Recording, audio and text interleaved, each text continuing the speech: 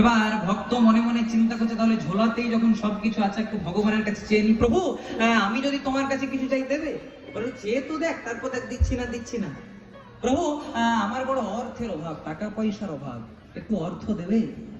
ও, তোর টাকা পয়সার অভাব, তোর অর্থের অভাব, এই না যা তোকে টাকা পয়সা দিয়ে দিলাম। দিয়েছে মা।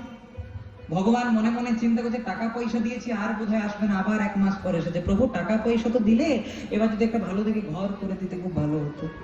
বলে ঘর চাই? এই না যা তোকে 1 তলা বিল্ডিং নয়, তোকে 2 তলা বিল্ডিং করে দিলাম। চলে গেছে বাড়ি, আবার এসেছে, প্রভু টাকা পয়সা দিলে, ঘর বাড়ি দিলে, আমার স্ত্রী বলছে যদি একটু ঘরটাতে টাইলস মার্বেল মোজাইক করা হতো ভালো হতো। পোষাই নাই মা, যত দিচ্ছে আরো চাইছে। ও টাইলস মার্বেল লাগবে? এখানে যা তোর ঘরের মধ্যে টাইলস মার্বেলও লাগিয়ে দিলাম।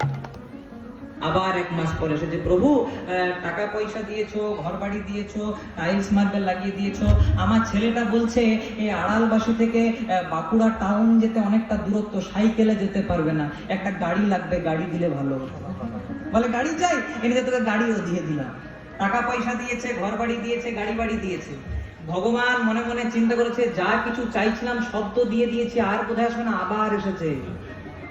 শান্তি নাই। যদি দেখবেন, যদি কাউকে খেতে দেন তাহলে শুতে চাইবে।